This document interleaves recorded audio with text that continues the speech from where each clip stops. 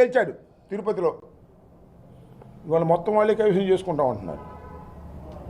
కిడ్నాపులు చేశారు, కొట్టారు, దౌర్జన్యానికి పాల్పడ్డారు, డబ్బులు పంచారు. ఇన్ని అంతే ఏంటి? అధికారం, మదం. అధికారం, మదం ఉంది. మేము ఏ స్థానిక సంస్థని బ్రతకనివ్వము. గెలిచిన వాళ్ళందరినీ కూడా వైసీపీ అంటే దించేస్తాం, లేదు మా పార్టీలోకి వస్తే రక్షిస్తాం. ఇదే కదా నేను మనవి చేస్తున్నా. మా డిప్యూటీ మేయర్, మా మేయర్ మీరు ఎన్ని ప్రలోభాలు పెట్టినా లొంగేటటువంటి వ్యక్తులు కాదు. మీకున్న మార్గం ఏంటి? ఇంకా అవిశ్వాస తీర్మానం పెట్టడానికి పెట్టండి, చూస్తాం. మనవి చేస్తున్నా, ప్రజలు గమనిస్తున్నారని మనవి చేస్తున్నా.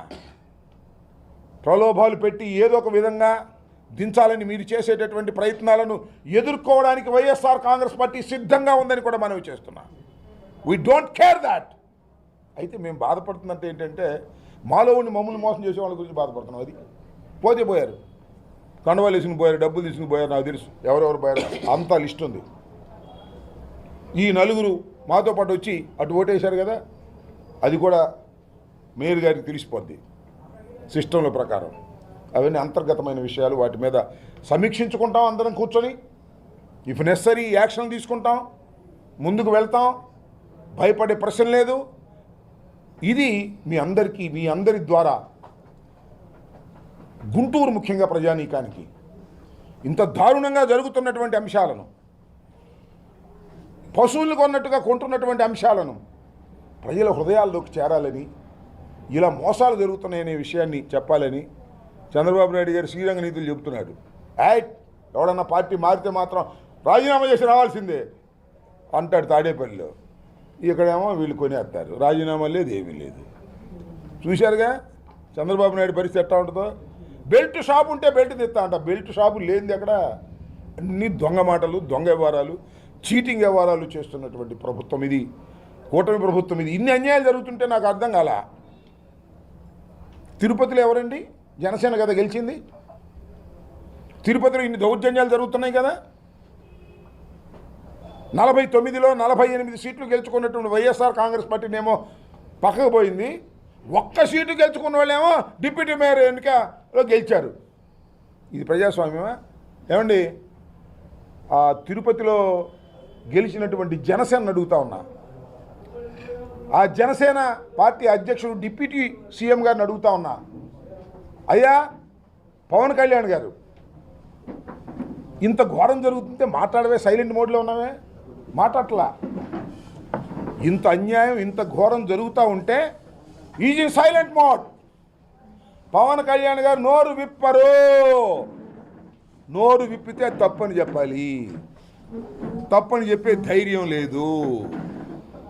చంద్రబాబు నాయుడు గారు చేస్తున్నటువంటి ఈ అకృత్యాలను ధైర్యంగా ఎదుర్కొని ఇది తప్పు అని ఖండించే శక్తిహీనుడు పవన్ కళ్యాణ్ గారు.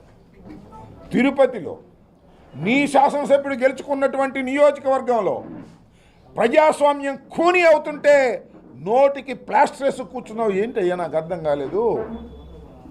వారిని దుంపదేగా నేను 10 సంవత్సరాల నుంచి చూస్తున్నా, ఎంత ఊగిపోయేవాడు. ప్రజాస్వామ్యం అన్యాయం అయిపోతుంది, అక్రమం అయిపోతుంది, జగన్మోహన్ రెడ్డి గారు అన్యాయం చేస్తున్నాడు, ఇన్ని చెప్పావు కదా. మరి ఇవాళ ఏమైంది? ఇవాళ నీ నియోజకవర్గంలో అంటే జనసేన నియోజకవర్గంలో ఇంత దారుణం జరుగుతుంటే తిరుపతిలో పవిత్రమైన ప్రదేశంలో ఇన్ని దారుణాలు. అరే ఎమ్మెల్సీని కిడ్నాప్ చేశారండి, దుర్మార్గం.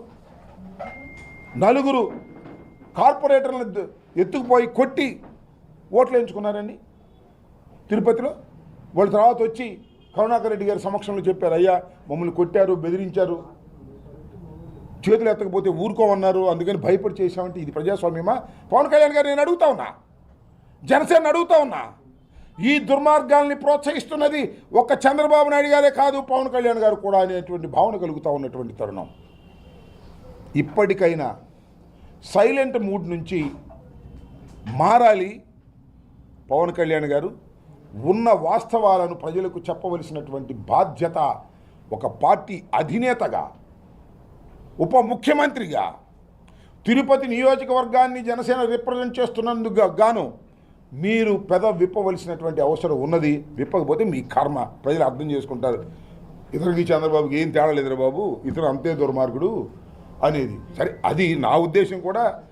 చంద్రబాబు ఏం చెప్తే అది చేయడానికి సిద్ధపడినటువంటి వ్యక్తే తప్ప మమ్మల్ని అప్పుడప్పుడు అంటూ ఉంటారు జగన్మోహన్ రెడ్డి గారికి వీళ్ళు సపోర్ట్ చేస్తున్నారని. ఆయనేమో చంద్రబాబు ముఖ్యమంత్రి కావాలని ఆయన ప్రయత్నం చేస్తాడు, మేమేమో జగన్మోహన్ రెడ్డి గారు ముఖ్యమంత్రి కావాలని మేము ప్రయత్నం చేస్తాం. ఇది ఉన్నటువంటి పరిస్థితులు. ఈ పరిస్థితుల్ని అర్థం చేసుకోవాలని మేము కార్పొరేషన్, ఇదే కాదు, మీరు చూశారు కదా, మొత్తం టోటల్గా మున్సిపాలిటీలు జరిగితే ఒక్క మున్సిపాలిటీని గెలిచారు వాళ్ళు. తాడిపత్రి మున్సిపాలిటీ ఒక్కటే గెలిచారు, ఏది గెలవలా. మళ్ళీ అవిశ్వాస తీర్మానానికి 4 సంవత్సరాలు టైం ఉంది, అందుకని ఆగారు. 4 సంవత్సరాల తర్వాత నాకు తెలుసు అవిశ్వాస తీర్మానం పెడతారు, ఏ ఒక్కదాన్ని బతకనియరు. మొత్తం వాళ్ళే కైవసం చేసుకోండి, ఫైట్ చేస్తాం. భగవంతుడు ఆశీర్వదిస్తేను, ప్రజలు ఆశీర్వదిస్తేను ఫైట్ చేస్తాం, గెలుచుకునేందుకు ప్రయత్నం చేస్తాం. మీరు డబ్బులు ఇస్తారు, దౌర్జన్యం చేస్తారు, ఆఫీసులను ఉపయోగించుకుని చేస్తారు. ఏదో ఒక విధంగా ఏ మున్సిపాలిటీని, ఏ కార్పొరేషన్ని బతకనివ్వకూడదు. వైసీపీ చేతిలోంచి లాగేసుకోవాలి. ఏం పాగు తింటారు అబ్బా లాగేసుకుని సంవత్సరం కాలంలో? చెడ్డ పేరు తప్ప తెచ్చుకోండి, చెడ్డ పేరు కట్టలుగా, మాకేం అభ్యంతరం లేదు. అది ఒక అంశం. ఇంకొక అంశాన్ని ఏంటంటే, బుడమేరు వరదల సందర్భంగా అనుకుంటున్నారేమో స్థాయి సంఘంలో మేము ఓడిపోయామనో, అవిశ్వాస తీర్మానం పెడితే మేము దానిలో పడిపోతామనో అనుకోమాకండి. 9,24,00,00,000 రూపాయలు బుడమేరు వరదల పేరిట ఖర్చు పెట్టామని చెప్పి లెక్కలు రాసి డబ్బులు కాజేశారు. ఎంత కాజేశారో తెలియదు. 9,24,00,000 కాజేశారా, లేక 24 లక్షలు మాత్రమే ఖర్చు పెట్టి 9 కోట్లు కాజేశారా, లేకపోతే దానిలో సగం కాజేశారా? ఇవన్నీ కూడా చట్టపరంగా ఫైట్ చేస్తాం, నిలదీస్తాం. జరిగిన అన్యాయాన్ని, కుంభకోణాన్ని బయటకు తీసుకొచ్చేంతవరకు కూడా ప్రజాస్వామ్య పద్ధతుల్లో పోరాడతాం. మా మీద ఎన్ని మీరు అవిశ్వాస తీర్మానాలు పెట్టినా, స్థాయి సంఘంలో కొన్నా సరే, ఆ 9,24,00,000 రూపాయలు చేసినటువంటి స్కామ్ని బయట పెట్టేంత వరకు వదిలిపెట్టమని కూడా ఈ సందర్భంగా నేను చెప్పదలుచుకున్నాను. కాబట్టి దేనికైనా వైఎస్ఆర్ కాంగ్రెస్ పార్టీ సిద్ధపడి ఉంది. ఇవాళ 5 సంవత్సరాలు అధికారం చేశాం, తర్వాత ఇవాళ 11 సీట్లకి పరిమితం అయిపోయాం. రాబోయే కాలంలో పార్టీని పటిష్టం చేసుకుంటే ఇవాళ ఏంటి, ఇక్కడ బాక్స్ చూడండి, ఇక్కడ 56 సీట్లలో 45 గెలిస్తే ఇవాళ 23కి పడిపోయాం. అంటే 23 జరిగింది, 24 జరిగింది, పోనీ 24 పడిపోయాం. ఇది నిలబడిద్దా, నిలబడదా?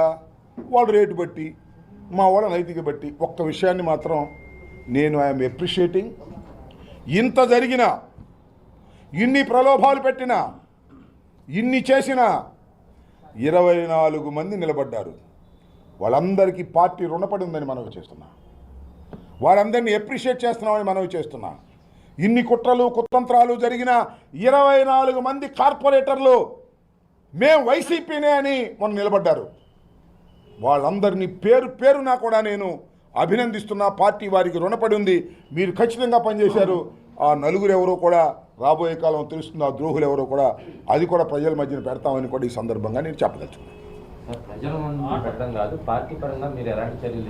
పార్టీ పరంగా తప్పనిసరిగా విచారణ జరిపి సమీక్ష చేసుకొని జగన్మోహన్ రెడ్డి గారితో మాట్లాడి, మా రీజనల్ కోఆర్డినేటర్తో కూడా మాట్లాడిన తర్వాత డెఫినెట్గా we are going to take an action on them.